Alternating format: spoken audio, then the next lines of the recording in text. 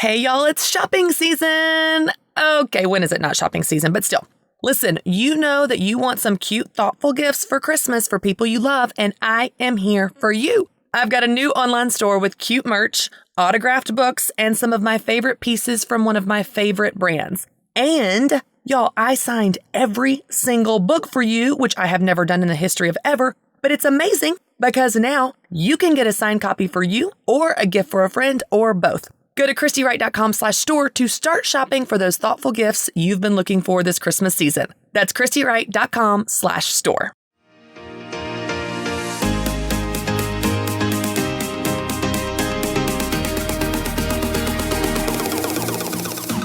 Hey everyone, and welcome to Get Your Hopes Up. I'm Christy Wright, and I'm so glad you're here. Romans 15:13 says, "May the God of hope fill you with all joy and peace as you trust in him, so that you may overflow with hope by power of the Holy Spirit." Our God is the God of hope, and he wants you to overflow with hope.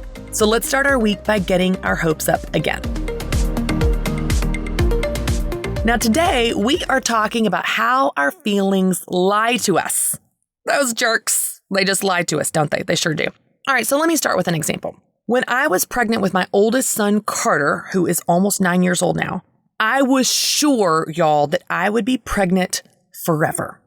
This was my first pregnancy. I had never experienced it, and time literally stood still. It felt like the longest period of my life. I was sure I would be pregnant forever, even though I know logically that is not possible, but it just seemed to drag on for so long. And here's why. Because it was really, really hard. My pregnancy with Carter was really hard. I was exhausted. I was nauseous. It was just such a hard time. So of course we know when things are hard, time moves slower. Now let's contrast that example and when I was pregnant with Carter with my pregnancy with Conley. So when I was pregnant with Conley, the pregnancy was so easy. Time just flew by. It went so fast. It was the blink of an eye. And sure, part of it was I was busy and part of it was I had a toddler to keep up with. So there was a lot of other variables that contributed to it. But that whole season just went really, really fast. And a big part of why was because it was so easy. The pregnancy overall was just easier. Because it was so easy, I started to wonder if maybe I just imagined that it was hard before. I started to think like, I don't know. Was my pregnancy with Carter actually hard, or did I just make that up? What's interesting, y'all, is the difficulty or ease of a season will drastically skew how we feel about it, but it also shapes how we feel about ourselves. If you're in a really difficult season, that's going to skew how you feel about that season and how you feel about yourself. And the opposite is also true. If you're going through a really easy season, it's going to skew how you feel about it, and it's also going to shape how you feel about yourself. Now, I have experienced this many times in my life over the years. In one season, I'll feel something really, really extreme, and then things change, and I feel the exact opposite. Have you felt this? Like this can change by a season, or by a week, or by a day, or I don't know, by the hour and the minute sometimes. And what happens is it creates this emotional roller coaster that you never wanted to ride. I have noticed this is especially true with kids, and I can only speak to the season of little kids, but y'all, it is so magnified in this season of little kids. So let me paint two separate pictures for you. Here's the first one. 1 minute, things are so hard. You know that feeling, don't you? Like you are barely getting through the nighttime routine. Everyone is screaming and fighting all day. The house is a disaster. You cook meals that everyone complains about and then refuses and then screams they're hungry all day, every day. Someone peed on the floor again. You're behind on bills because let's be honest, who has time to dig through that paperwork? You might be drinking one too many glasses of wine to decompress in the evenings. You're bordering on depression, or maybe you're already there and it's just so freaking hard. And you dread going to bed. Because you know that you're going to wake up and have to do it all again. And you wonder how you will ever get through this. In those moments, you feel like it has always been this hard and it will always be this hard. You ever been there? I have. Let me paint another picture for you. And then in another minute, you are sitting on your deck and the weather is perfect. And the kids, by some miracle, are playing amazingly in the backyard. They're giggling. They're getting along. Everyone is having a blast. Your house is picked up. You got sleep last night. Everyone is in a good mood, and life just feels, by some miracle, easy. In that moment, it feels easy. And in those moments, you start to feel like a crazy person. You think to yourself, did I imagine that it was hard before? Was I just being weak or lazy? Did I make that whole thing up? It feels like the hard never happened, because how can it be so good right now and so easy right now? So maybe, I don't know, maybe I just imagined it. And this is the roller coaster you ride, friends. From hard to easy, and back again. And it makes you feel like a crazy person. You feel completely insane. In the hard moments, you feel like it's always been hard. It will always be hard. In the easy moments, you wonder if it was ever hard and if you totally made it up and you need to be committed. Can I tell you something? Your feelings are lying to you. Your feelings are lying to you. Now, of course, let me go ahead and give my disclaimers. Of course, there is validity to your feelings of exhaustion and frustration that you need to pay attention to and care for sure. Go to bed and get caught up on sleep one night. Get some help during the day if you can. Yes, you need to do what you need to do to get through, for sure. But here is where they are lying. It has not always been this hard. And it will not always be this hard. I know it feels like it in the moment, but it's simply not true, y'all.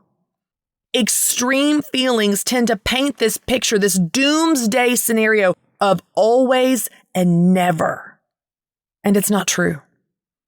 And then when things are good, no, you aren't crazy or lazy. You didn't make it up. It was really hard before, and now you're having a moment of ease. See, when your thoughts and your beliefs are at the whim of your feelings, which change on a minute-by-minute basis, you do feel like a crazy person because you are on an emotional roller coaster that is absolutely exhausting.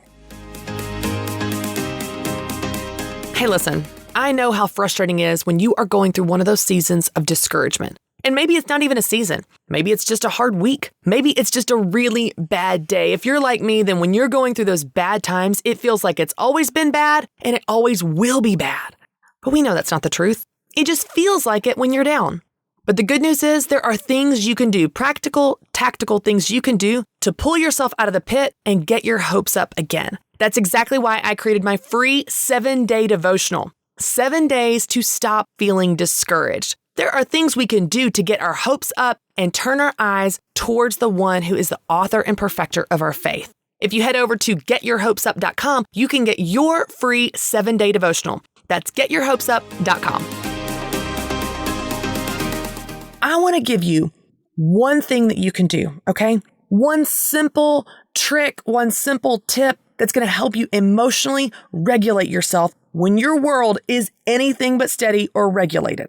Okay, emotional regulation is something I have learned a lot about through my kids with autism and ADHD. Emotional regulation is something we all need. And it's hard when you live in a world that is inconsistent, unpredictable, and you're surrounded by tiny toddlers that are anything but regulated. So I want to give you one tip to help you regulate yourself in these extremes of highs and lows on this crazy roller coaster. Are you ready for it? Tell yourself what is true. Tell yourself what is true because your feelings are lying to you. You need to combat that with the truth. You need to remind yourself what is true. So when things are hard, tell yourself, this moment is hard right now, but it has not always been this hard and it will not always be this hard. I just need to get through this moment, which is hard. It has been easy before. It will be easy again.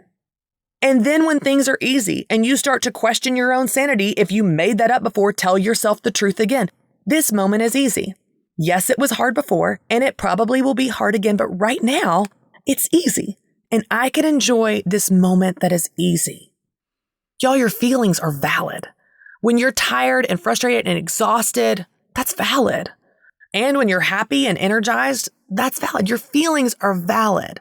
I love the quote, your feelings are indicators, not dictators. We need to pay attention to them but they can't drive the car. And the problem is these really extreme seasons or circumstances or situations can make our emotions mirror that. We have extreme emotions that paint a picture of always and never, but life is not always and nevers. It changes often. And with little kids, y'all, it changes every minute, it seems like. So tell yourself what is true. In fact, I want to give you one more step to take. You can acknowledge your feelings and then remind yourself what is true. This is a great way to acknowledge your feelings without letting them drive the car. So here's what that looks like for me. I might feel something, but I know that it's not true. So for example, this year, multiple times where God has asked me to do something crazy, and then it doesn't turn out like I think, or I'm believing in faith he's going to do something and I say it publicly and then he doesn't, I will feel stupid. And so I have literally said to myself, and I've said to my husband or to friends at times after one of these circumstances, I say out loud, I feel stupid, but I am not stupid. I feel like this is going to last forever, but this is not going to last forever. I feel like God has abandoned me, but I know he is with me. Say what you feel and then say what is true.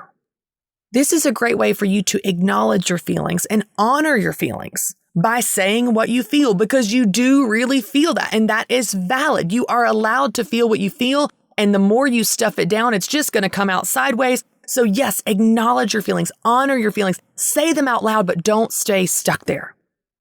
Don't live in that, because often our feelings lie to us. My feelings telling me that I am stupid, that is not true. I'm not stupid. My feelings telling me that it feels like God has abandoned me, that is not true. God has not abandoned me. So you can say what you feel, but then say what is true. Remind yourself what is true. It feels like this is going to last forever, but this is not going to last forever. It feels like I'm never going to get through this, but I am going to get through this. It feels like this, but this is what is true. When you combine these two parts of a sentence where you acknowledge your feelings, but then you remind yourself of the truth, it's not only a great way to honor your feelings and not stay stuck there. This is how you get off the emotional roller coaster. This is how you honor your feelings without letting them drive the car. This is how you remind yourself of the truth so that you can have a more accurate perspective on your situation. It is not doomsday. It is not always and never. This is a season or a situation or a circumstance, and you are going to get through it. It is not always going to be this hard. You are not a crazy person for thinking that it was hard before. Your season and your circumstances change. And yes, your emotions will mirror that, but they don't have to mirror it to the extreme where you believe these doomsday scenarios or you feel like a crazy person. If we're going to enjoy the highs and get through the lows and not feel insane in the process, we've got to look at each situation and our lives with a more accurate perspective. Acknowledge your feelings and then tell yourself what is true. Your feelings may tell you it's always been this hard, but it hasn't. And they may tell you it will always be this hard, but they won't. They may tell you you're crazy for ever thinking it was hard before, but you're not. Your life may be a roller coaster, but your emotions don't have to be. Acknowledge your feelings and then tell yourself what is true. And that will help you get off the crazy train and enjoy every season of your life a whole lot more. All right, y'all, thank you so much for joining me for my new show, Get Your Hopes Up. I'm so excited to hang out with you every Monday to help you get to know God, get closer to Him, and get your hopes up again. Be sure to share this episode on Facebook and Instagram to help other people get their hopes up as well. And of course, don't forget to subscribe to this podcast channel so you never miss a new show. And then I'll see you next week for another new episode of Get Your Hopes Up.